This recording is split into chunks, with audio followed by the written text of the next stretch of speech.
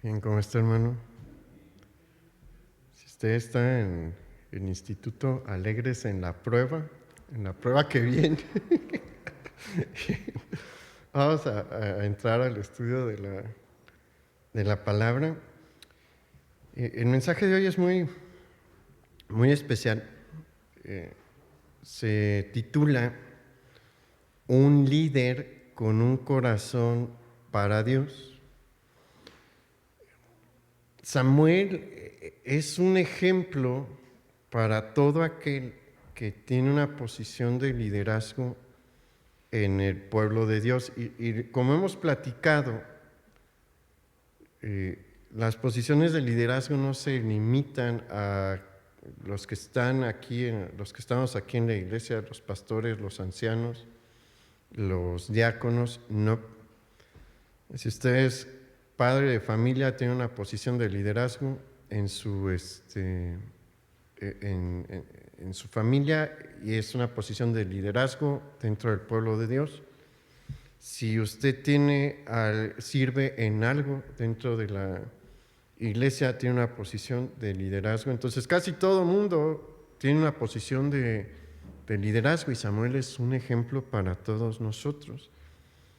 Y si usted se acuerda, la semana pasada hablamos sobre esta victoria que Dios le da a Israel a través de Saúl sobre los amonitas, y el Señor va a mover a Samuel a aprovechar la oportunidad, porque aquí se abre una oportunidad para hacer algo muy importante.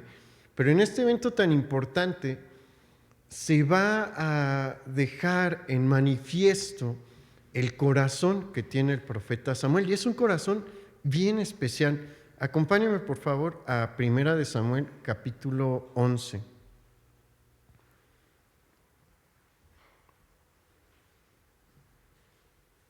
Versículo 14, por favor.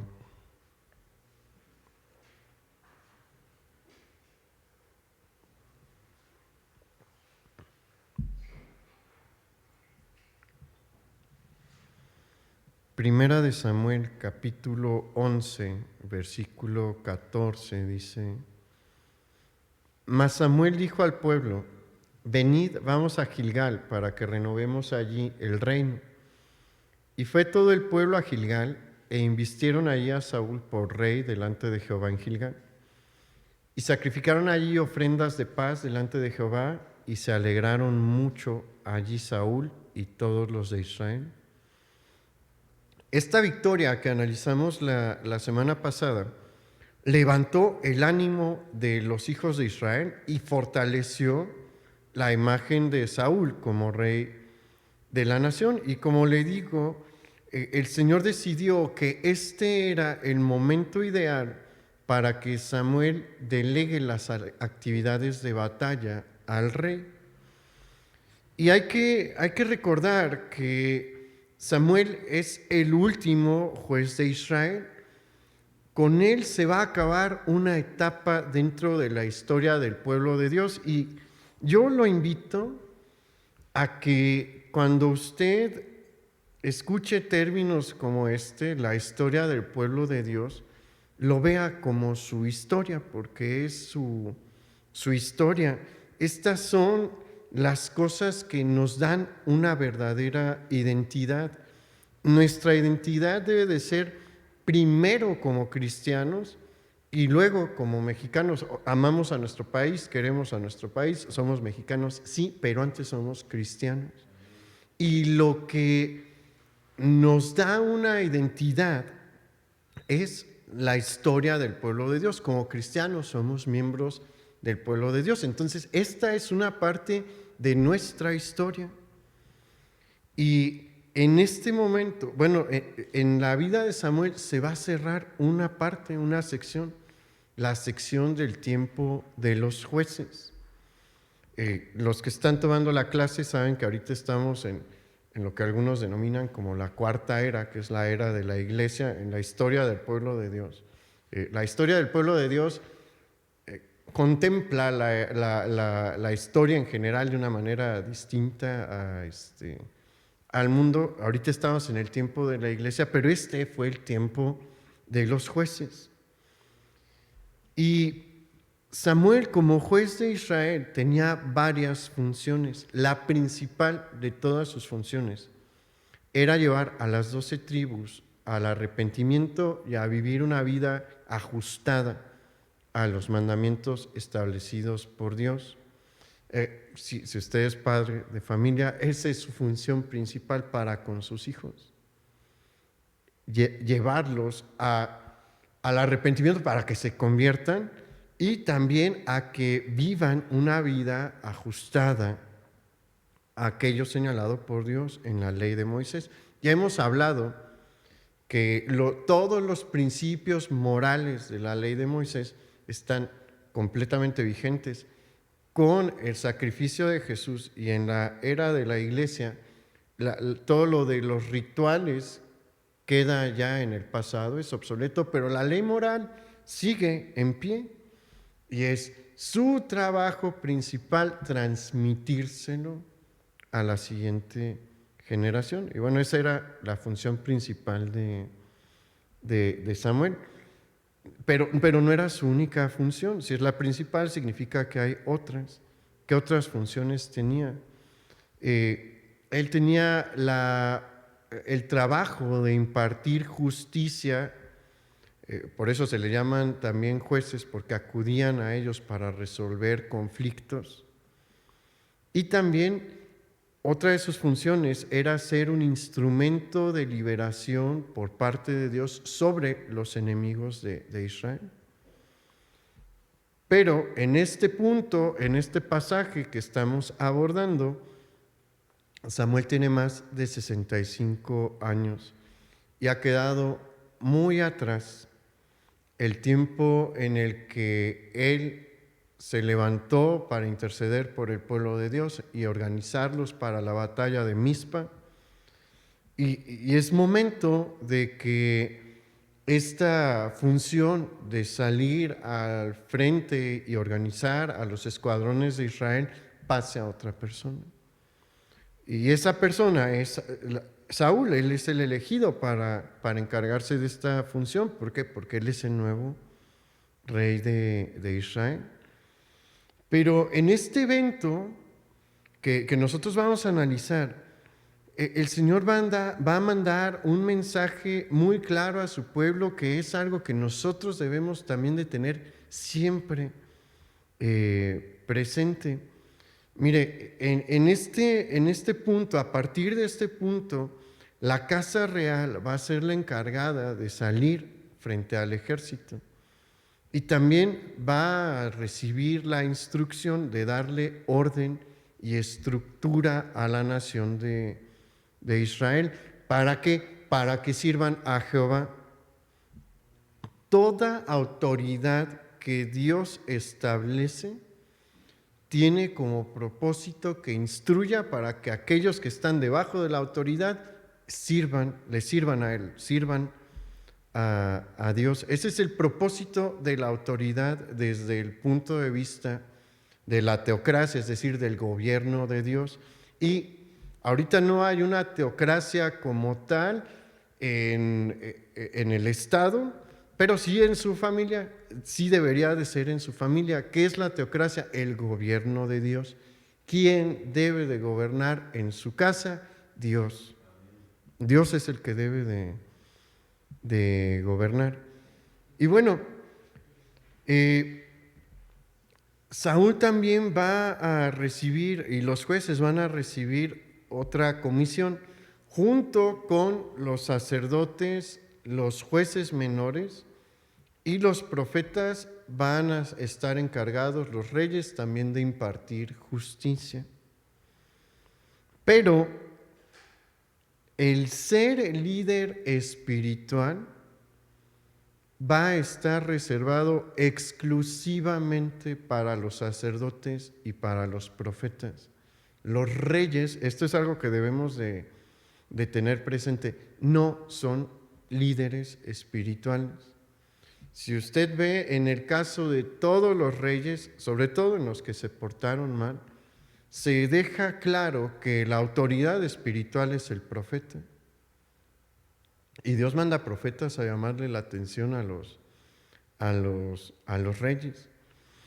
Esto Dios lo va a dejar bien marcado. ¿Por qué? Porque Él quiere que su pueblo y el rey entiendan que no están por encima de Él, que Él es el que gobierna.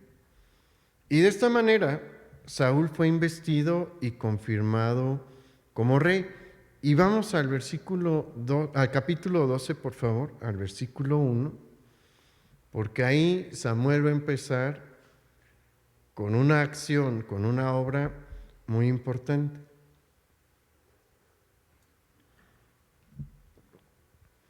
Primera de Samuel, capítulo 12, versículo 1.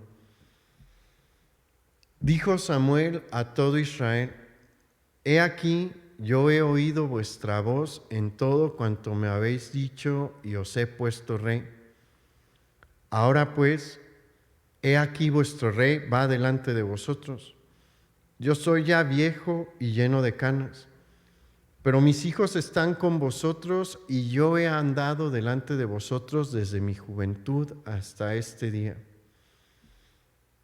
Aquí estoy, atestiguad contra mí delante de Jehová y delante de su ungido, si he tomado el buey de alguno, si he tomado el asno de alguno, si he calumniado a alguien, si he agraviado a alguno, o si de alguien he tomado cohecho para cegar mis ojos con él, y os lo restituiré. Entonces dijeron: Nunca nos has calumniado ni agraviado, ni has tomado algo de mano de ningún hombre. Y él les dijo: Jehová es testigo contra vosotros y su ungido también es testigo en este día, que no habéis hallado cosa alguna en mi mano. Y ellos respondieron: Así es. Aquí hay varios detalles bien importantes. Samuel se presenta como acusado delante del pueblo de Israel, pero también delante de Samuel. Y ellos los pone en la condición de jueces y les dice: si alguien tiene algo contra mí, este es el momento de levantar la voz. Samuel tenía completamente calmada su conciencia, porque sabía que no había hecho ningún mal sobre la nación de Israel. Pero ¿qué es lo importante? Que este acto lo está haciendo frente a Saúl. Si usted ve, en 2 ocasiones se presenta la frase delante de su ungido. Eso está diciendo, Samuel está diciendo: ustedes están aquí y aquí está Saúl. ¿Por qué se hace énfasis en Saúl? Porque Samuel se está poniendo como ejemplo delante de Saúl para que vea la medida por la que va a ser juzgado. Y mire, por eso le digo que Samuel es un líder muy peculiar, porque tuvo una conducta intachable. No fue perfecto porque era ser humano, pero en su servicio a Dios se desempeñó con completa rectitud, de tal manera que nadie podía levantar su voz y decir: tú me hiciste injusticia, tú tomaste algo mío, tú no seguiste el derecho, te dejaste sobornar, recibiste dinero, pues dinero de medios incorrectos. Y sabe algo, es muy triste el día de hoy ver que la figura del pastor para muchos ha sido degradada. ¿Por qué? Porque no han seguido el ejemplo de Samuel. Hace una semana, sí, pues salí con un amigo muy cercano y sus cuñados tienen un taller en el que polarizan vidrios. Y pues somos amigos desde hace mucho tiempo, como 21 años por ahí. Y me dice pues platicó con sus cuñados y yo salí al tema Y dice, tu amigo es pastor. Y a ellos les van súper bien. Fuimos a hacer el trabajo de un pastor que tiene colección de carros. Eso es una afrenta ante los ojos de la población en general. Si usted ve, a los sacerdotes les iba bien en el tiempo del pueblo de Israel. ¿En qué sentido? No les faltaba vestido, vestían bien, pero no vestían con lujos. Sí es cierto que el sumo sacerdote tenía el pectoral con las 12 piedras, que eran piedras preciosas, pero ¿eran de él? No eran de él. El efod, la corona que usaba el sacerdote, las vestiduras eran ¿de quién? De Dios. Eran propiedad de Dios, no eran propiedad del sacerdote. Y el Señor les mantuvo siempre con lo necesario. A veces les iba mal porque los hijos de Israel descuidaban el templo, pero no vemos en ellos lujo excesivo. ¿Por qué? Porque Dios nunca llamó al líder espiritual a tener un lujo excesivo. Samuel era un sacerdote. Acuérdese que él estuvo aprendiendo con Elí y estuvo sirviendo en el tabernáculo de reunión. Tenía las vestiduras de los sacerdotes, pero nunca extendió su mano aprovechando su posición para enriquecerse. Aquí vemos que enumera varios objetos, como un buey o un asno. ¿Por qué Samuel no requería de bueyes? Porque él era un sacerdote, él no tenía por qué ponerse a trabajar la tierra, él dependía ¿de quién? De Dios. Y los asnos eran un artículo de lujo. En ese tiempo, ahorita se nos hace raro, ¿no? Pero los príncipes y sobre todo los jueces de Israel se movían, cabalgaban en asnos porque eran animales muy caros. Haga de cuenta como un Mercedes. Samuel, ¿qué les estaba diciendo? Yo no tengo esos lujos. O alguien puede decir que tengo esos lujos. Y la respuesta fue, no, tú estás bien. ¿Y qué le estaba enseñando a Saúl? Saúl se iba a convertir en rey de Israel. Y Samuel indirectamente le está diciendo a Saúl, tú tienes que ser como yo. Así como yo estoy terminando esta etapa de mi ministerio, es una etapa de su ministerio, no todo su ministerio, ahorita lo vamos a ver. Tú cuando debas de terminar, debes de tener este mismo testimonio que tengo yo. Y Samuel también está estableciendo ahí la medida a través de la cual nosotros como líderes debemos de ser juzgados. Al término de nuestro ministerio, cuando rindamos cuentas, debemos de poder estar en la misma condición que Samuel, con la capacidad de presentarnos delante de la congregación y decir, hay alguien que tenga algo que pueda hablar en mi contra y que digan no. Porque eso fue lo que contestó toda la congregación. Samuel, tú has obrado bien, has servido a Dios bien. Y bueno, va a cambiar la cosa, pero algo que es bien importante ver aquí en Samuel. En la historia del pueblo de Dios, Samuel es muy importante. ¿Por qué? Porque en varios siglos Samuel es el primero que se levanta con una calidad semejante a la de Moisés. Moisés fue verdaderamente un pastor para el pueblo de Dios. Trató al pueblo de Dios como un pastor trata a sus ovejas. Y Samuel se presenta de la misma manera y trabaja de la misma manera. El pastor se pone a trasquilar las ovejas para sacar producto de la lana. No, ese es el trabajo de los esquiladores. El pastor está ¿para qué? Para cuidar del rebaño. para ver que estén en buena condición, para guardarlos del peligro. Y eso es lo que volvemos a encontrar en Samuel, algo que no se veía desde los tiempos de Moisés y de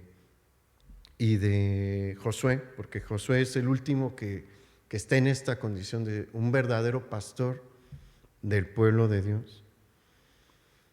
Y por eso nosotros debemos de entender esta enseñanza que hay en Moisés y en Samuel. Los líderes no estamos para sacar provecho de la oveja, estamos para cuidar a las ovejas, para cuidar al rebaño, para prestarles atención, para ayudarles en sus dificultades, para servir a las ovejas. Pero le digo, viene un cambio en Samuel. Vamos al versículo 6. ¿Se acuerda que ahorita vimos que Samuel se pone en la silla del acusado para que se le juzgue y sale inocente?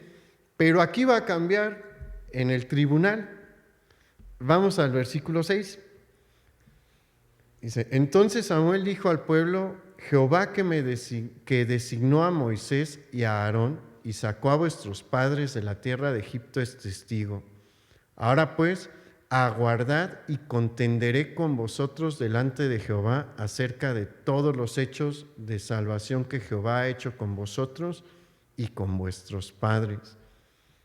¿Qué hace Samuel ahorita? Una vez que es declarado inocente, él se levanta como juez, como lo que es.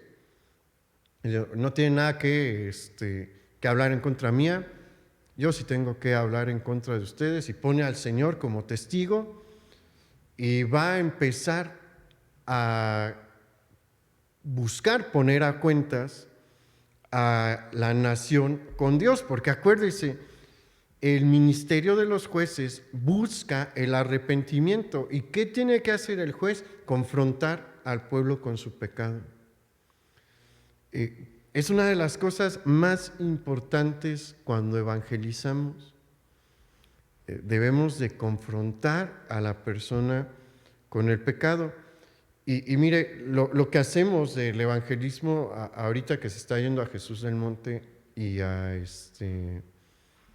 a los hospitales que se va cada mes, es una obra a la que efectivamente nos mandó el Señor. Pero probablemente usted no puede ir a todas. Está difícil ir a todo, ¿no? Pero usted puede meterse en el ministerio de evangelismo más efectivo. ¿Cuál es el método evangelístico más efectivo? El evangelismo 1 a 1 por un tiempo prolongado. Aquí, haga de cuenta, cuando vamos a hospitales o se va a alguna tenencia o alguna colonia, lo que se hace es soltar la red y a ver qué jala la red. Muchos no reciben, algunos sí, pero nuestro trabajo es soltar la red. Pero en el evangelismo 1 a 1 por un tiempo prolongado, se tiene más tiempo y se puede hacer un trabajo muy efectivo, incluso con las personas más duras, si usted persiste. Y le puedo dar el ejemplo de un caso que a mí me sorprendió. Había un hermano en los Estados Unidos que fue una mente brillante para el Señor. Murió bien joven, murió de 34 años por cáncer en el estómago. Él era musulmán y él era hijo y nieto de misioneros musulmanes. Mucha gente no sabe que los musulmanes también tienen misioneros, pero los tienen. A él lo entrenaron para discutir con los cristianos, para debatir con los cristianos. Y menciona él, me tocó ver en una ocasión, que entró en la universidad a un grupo de debates. Él era muy bueno para debatir. Y salieron a un evento y pues él se portaba bien, porque quería ser un ejemplo de su religión a los demás. Y pues la mayoría de los del grupo de debates salió el viernes en la noche a la fiesta y él se quedó en el hotel y vio que uno de sus compañeros se queda también y saca una Biblia y se pone a leer y dice, a ver, vamos a entrenar. Y se acerca con este muchacho y le suelta uno de sus argumentos para moverle el tapete a los creyentes. Dice que este muchacho se le quedó viendo, a ver, síguele. Se pasaron toda la noche. Este muchacho cristiano se convirtió en su mejor amigo. Dice, me dedicó un año. Por un año estuvimos discutiendo amigablemente y tuve que ceder ante la evidencia.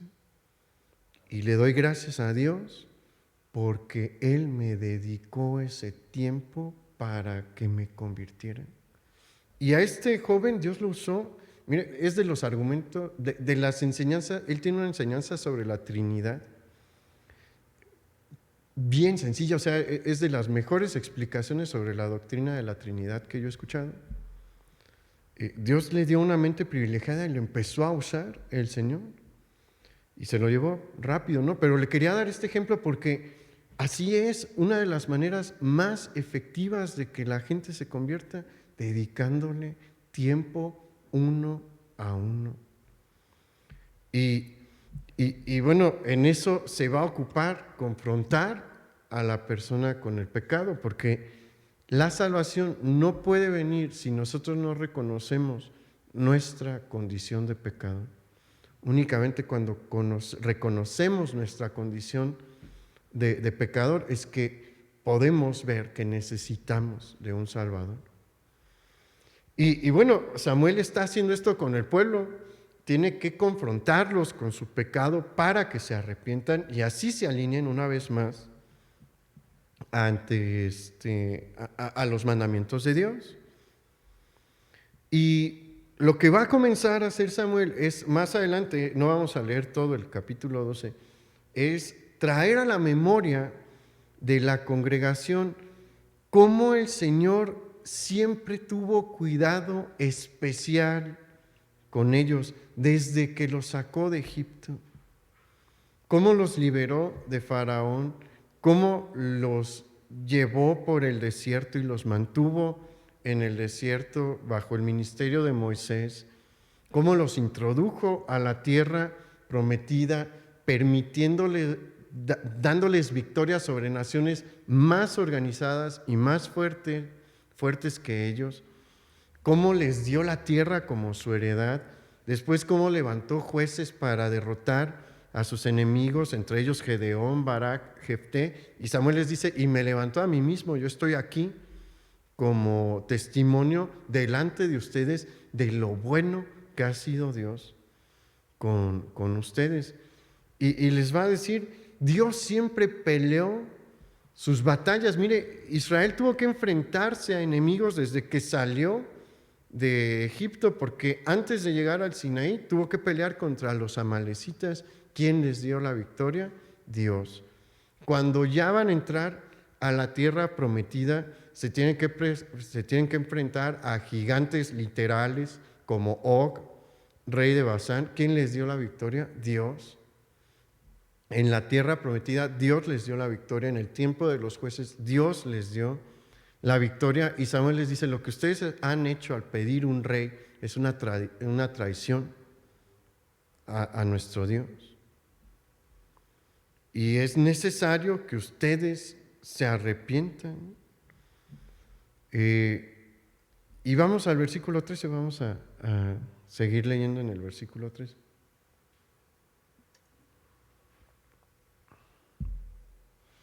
Ahora pues, he aquí el rey que habéis elegido, el cual pedisteis. Ya veis que Jehová ha puesto rey sobre vosotros. Si temiereis a Jehová y le sirviereis y oyereis su voz y no fuereis rebeldes a la palabra de Jehová, Y si tanto vosotros como el rey que reina sobre vosotros servís a Jehová vuestro Dios, haréis bien. Mas si no oyereis la voz de Jehová, y si fuereis rebeldes a las palabras de Jehová, la mano de Jehová estará contra vosotros como estuvo contra vuestros padres. En estos versículos, Samuel pone delante de los hijos de Israel el camino de la obediencia y el camino del castigo. Y esa es una constante de parte de Dios para con su pueblo. Dios nos obliga a seguirle, no. Dios nos obliga a obedecerle, no. ¿Quién debe de tomar la decisión? Nosotros. El camino va a estar puesto, pero nosotros debemos de tomar la decisión. Y aquí, como en el tiempo de Moisés, el Señor le está diciendo a la nación y nos vuelve a decir a nosotros: pongo los caminos delante de ti. La elección es tuya. Si decides obedecerme, te va a ir bien. Si decides desobedecer, sigue siendo mi hijo, pero mi mano se va a levantar contra ti. Y la mano de Dios para castigar es pesada. Esa es una realidad. Véalo usted en la Escritura. Cuando Dios decide castigar, su mano es pesada. Pero aquí está bien claro, si va a llegar el castigo es por tu culpa, no es que yo te quiera castigar. Es que tú decidiste irte por ahí. Y hay un detalle más, mire, esto es algo que Dios ha estado enfatizando, si usted lo ha notado, a lo largo de toda la serie.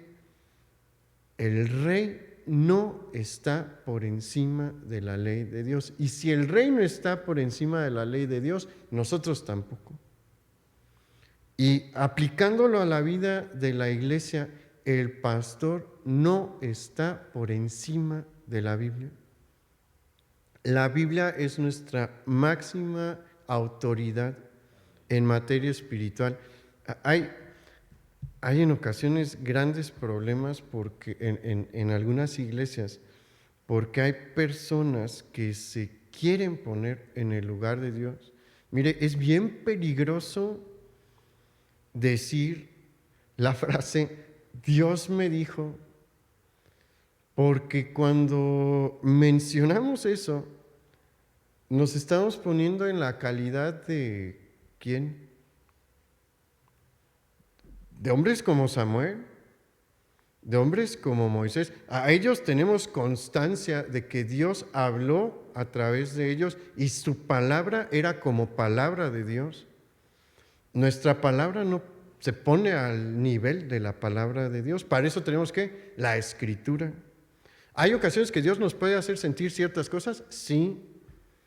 Pero decir Dios está hablando directamente a través de mí nos pone en una condición complicada, porque si no se cumple, ¿qué dice la Escritura con aquel que no se cumplió lo que dijo en nombre de Dios? Dice, debe de ser cortado del pueblo. No le hagas caso, yo no lo envié. Y esa expresión para nosotros ahorita podría parecer muy sencilla, ¿no? De no le hagas caso. Esa expresión significa no le vuelvas a tomar jamás en cuenta. Por eso le digo, no es un juego decir Dios me dijo y siento, bueno, decir siento es una cosa muy distinta a decir Dios me habló y me dijo esto. Si no se cumple, la Escritura es bien clara. El Señor dijo, no le vuelvas a hacer caso porque no lo envié. ¿En qué momento se equivocó Moisés? Nunca. ¿En qué momento se equivocó Samuel? Nunca. ¿En qué momento se equivocó Elías? Jamás. El último gran profeta fue Juan el Bautista. ¿Se equivocó? No. No. Y la última profecía que encontramos está en Apocalipsis y se ha de cumplir en plenitud. Entonces, aquí necesitamos tener mucho cuidado en este tipo de detalles. La palabra de Dios es lo que nos debe de regir. Y todo lo que decimos debe de ajustarse a la palabra de Dios. Si yo digo algo si algún pastor, que hay muchos casos lamentablemente, tristemente hay pastores que contradicen principios de la palabra de Dios. ¿Hay que están haciendo? Poniéndose por encima de la palabra de Dios, violentando la palabra de Dios, y ninguno de nosotros tenemos esa autoridad. Nadie está por encima de lo que dice la Escritura. Nadie está por encima de lo que dice la palabra de Dios. Y mire, para que vea que esto que Samuel estaba diciendo iba en serio, y también es una señal para nosotros, vamos al versículo 16. Dice: esperad aún ahora y mirad esta gran cosa que Jehová hará delante de vuestros ojos. ¿No es ahora la siega del trigo? Yo clamaré a Jehová, y él dará truenos y lluvia para que conozcáis y veáis que es grande vuestra maldad que habéis hecho ante los ojos de Jehová, pidiendo para vosotros rey. Samuel clamó a Jehová, y Jehová dio truenos y lluvia en aquel día, y todo el pueblo tuvo gran temor de Jehová y de Samuel. Cuando leemos esto, se puede perder un poco la dimensión de la señal que Dios mandó si no conocemos el ciclo agrícola de la región de Israel. El tiempo de la siega del trigo es la parte de la temporada más seca de Israel. En ese tiempo no cae ni se quiere que caiga lluvia. ¿Por qué? Porque la lluvia mancha el grano del trigo, entonces es algo que no se quiere. Y bueno, en ese tiempo regularmente no cae, y si llega a caer, pues es algo muy leve, ¿no? Hay pronóstico de... Ya estamos aquí, como que el ciclo agrícola es un poco no totalmente parecido al de Israel. Ellos tienen dos temporadas de lluvia, nosotros nada más una, y la suya es distinta a la nuestra, pero el tiempo de la siega del trigo es semejante aquí y allá, como en mayo, ¿no? Se termina se da la siega del trigo aquí, y bueno, está pronosticado que este fin de semana puede que llueva algo, pero pues son lluvias cualquiera, ¿no? Las que caen ahorita no son grandes tormentas, pero lo que sucedió aquí es que Samuel oró, se llenó de nubes el lugar donde ellos estaban, empezaron a salir relámpagos, escucharon los truenos y cae una tormenta como en la temporada de lluvias. Entonces, por eso a los hijos de Israel que están ahí no les queda otra cosa más que concluir: esta es la mano de Dios. ¿Y qué pasa en sus corazones? Se llenan de temor. ¿Por qué? Porque Dios está dando una señal inequívoca de que le hicieron enojar.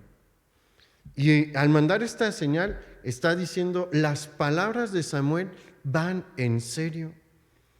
¿Y qué significa esto para nosotros? Todos los principios que hemos visto hasta ahorita en este mensaje van en serio por parte de Dios. Son cosas que Dios toma con mucha seriedad, a las que Dios les da mucha importancia. Y vamos al versículo 19.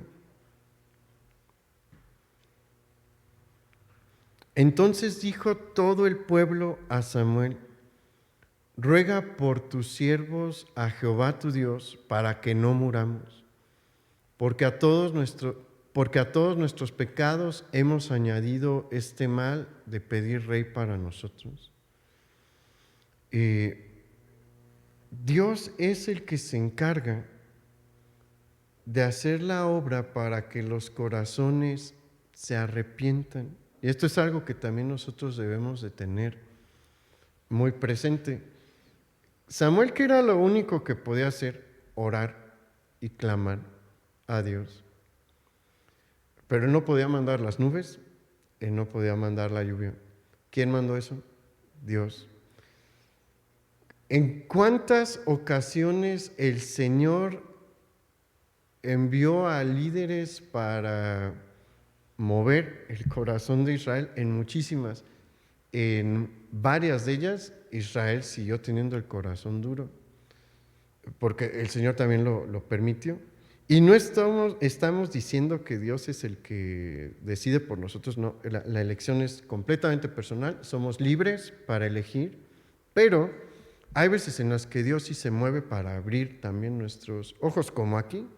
Aquí Dios hizo una obra que pues Israel entendió, le fue visible su error y que Dios les estaba llamando la atención. ¿Qué tenemos que hacer nosotros cuando estamos compartiendo?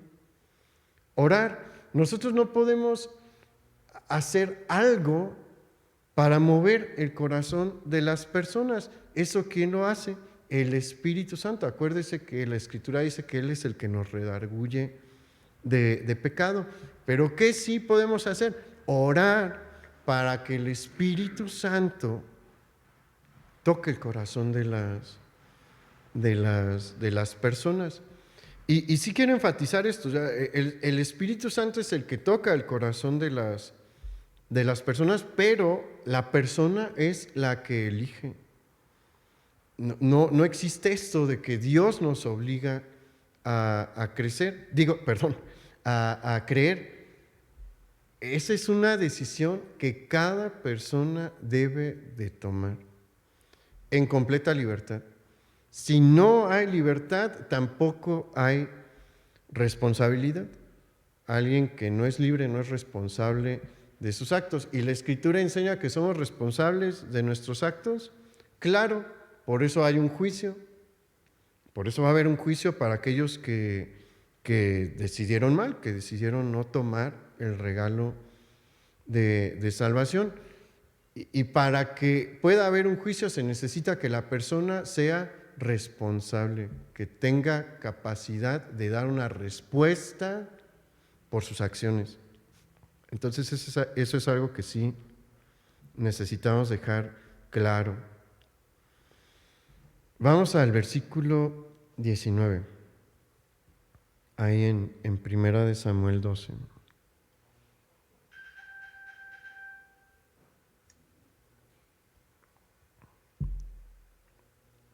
Entonces dijo todo el pueblo a Samuel: ruega por tus siervos a Jehová tu Dios para que no muramos, porque a todos nuestros pecados,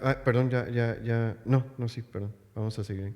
Porque a todos nuestros pecados hemos añadido este mal de pedir rey para nosotros. Y vea la respuesta de Samuel. Y Samuel respondió al pueblo: no temáis, porque vosotros habéis hecho todo este mal.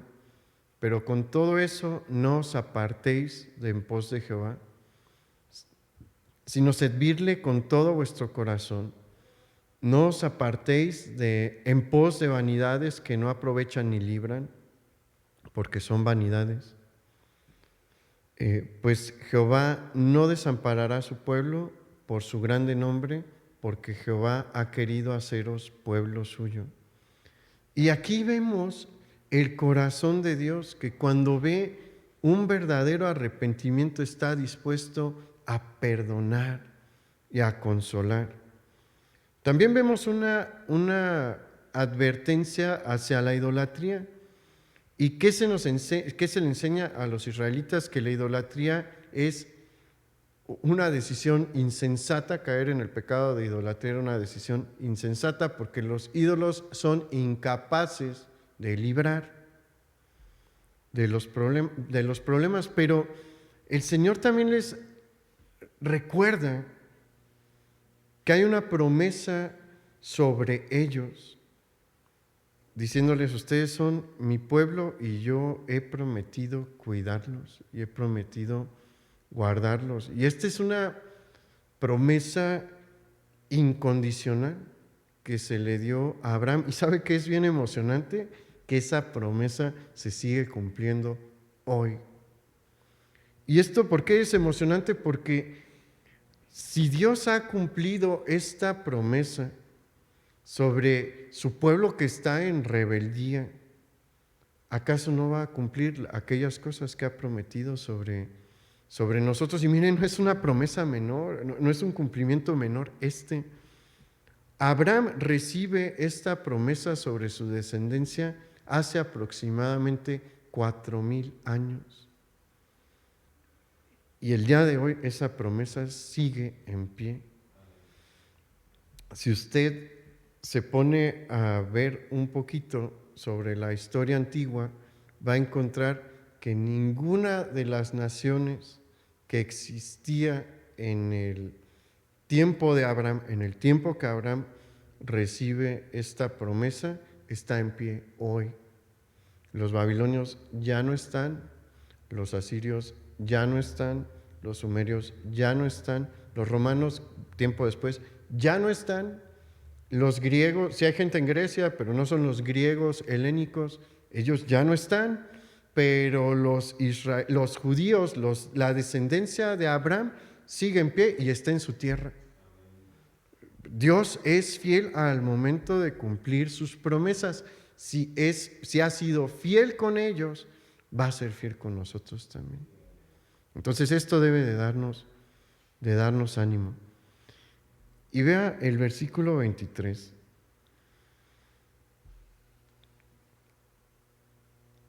Así que, lejos sea de mí que peque yo contra Jehová, cesando de rogar por vosotros, antes os instruiré en el camino bueno y recto. Solamente temed a Jehová y servidle de verdad con todo vuestro corazón, pues considerad cuán grandes cosas ha hecho por vosotros. Mas si perseverareis en hacer mal, vosotros y vuestro rey pereceréis.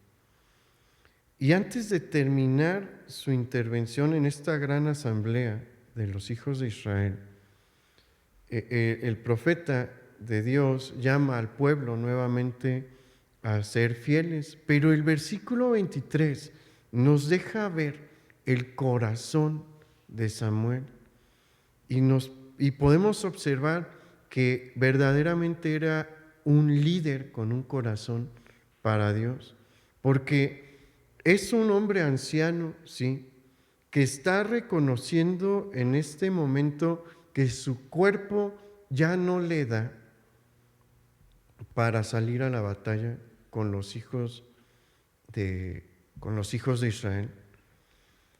Y está diciendo, Dios ha levantado un rey para que tenga estas funciones, para que Él se encargue de las cuestiones militares. Pero ¿qué les dice al pueblo, al pueblo de Israel?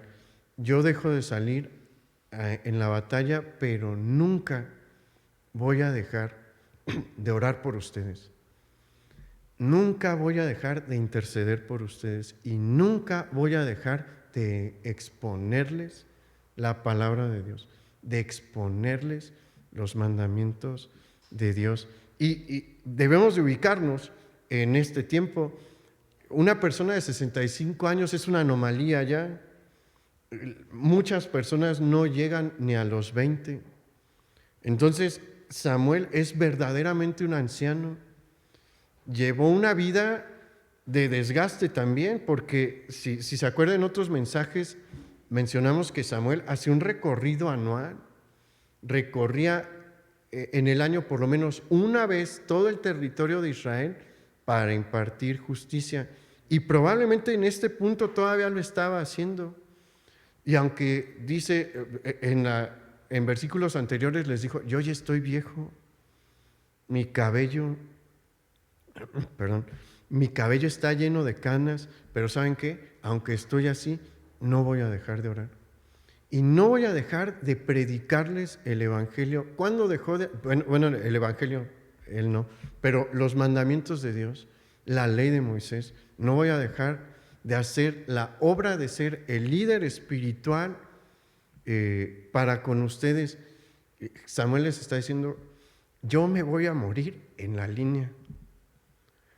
Y esto se me hace tan bonito, un corazón tan peculiar, porque no todos son así. Miren, hay muchos que piensan en el retiro, hasta los mismos pastores. En los Estados Unidos varios tienen su fondo para el retiro y llega una edad en la que dicen, pues ya, vámonos a descansar. Samuel no fue así, Moisés no fue así. ¿En qué momento pararon ellos? Cuando Dios les dijo, se vienen, es tiempo de que se vengan. Y mire, ese es el llamado que Dios le ha dado a todos los líderes, no nada más al pastor, como le digo, no nada más a los ancianos, no nada más a los diáconos, a usted también. ¿En qué momento Dios quiere que le deje de instruir a sus hijos en el camino de Dios? En el momento en el que Dios le diga, es tiempo de que te vengas a casa. Allí sí puede decir, me retiro. Antes no. Vea, esto es el énfasis que queremos dar en este mensaje. Todos necesitamos tener un corazón como el de Samuel. Si usted tiene un trabajo particular, ahí sí puede pensar en retirarse y ahorre. Si tiene Afore, métale a su Afore y demás. Si está en el otro régimen, pues espérese a los 65 años para que le den su pensión. Está muy bien. Pero como creyente, no hay retiro. La obra del Señor a través de nosotros se termina el día que el Señor nos dice, vámonos, vente al tercer cielo. Ahí sí, a disfrutar de la presencia del Señor, pero mientras estemos aquí, nuestra actitud debe de ser esto. Y esto es algo con lo que usted se tiene que comprometer. No es algo a lo que se le pueda obligar. ¿Alguien obligó a Samuel? No. De su corazón salió decirles, cuenten conmigo hasta que me muera.